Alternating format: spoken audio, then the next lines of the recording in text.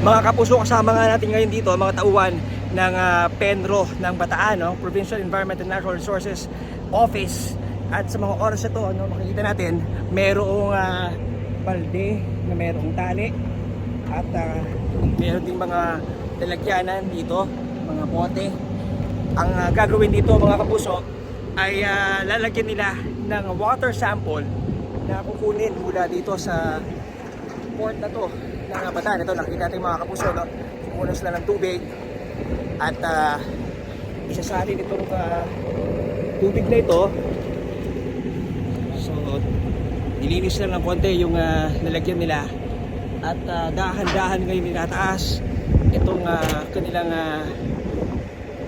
stainless na balde. So yan, kita natin at ililipat na mga kapuso itong sample na to na mayroon ng label. Nilalagay nila, no, itong water sample na to.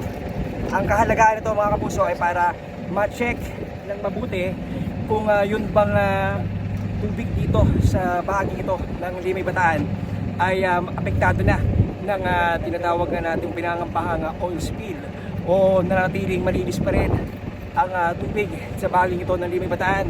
So ito ngayon, no, nagiging talagang importante ang papel ng DNR Penro dito sa Bataan para tiyaking ligtas pa rin at maaari pa ding kung pwede pa rin ba na makapalaot para makapangisda ang ating mga kababayan dito o hindi na, malalaman natin sa mga darating na panahon sa tulong nga nitong tubig na to na kinuwang sample ng DNR. Meron pang mga iba't ibang mga lugar na iikutan sila dito sa may Limay Bataan, mga coastal areas, 2.5 kilometers ang layo para matiyak na maayos ang kanilang magiging sampling sa gagawin nilang prosesong ito.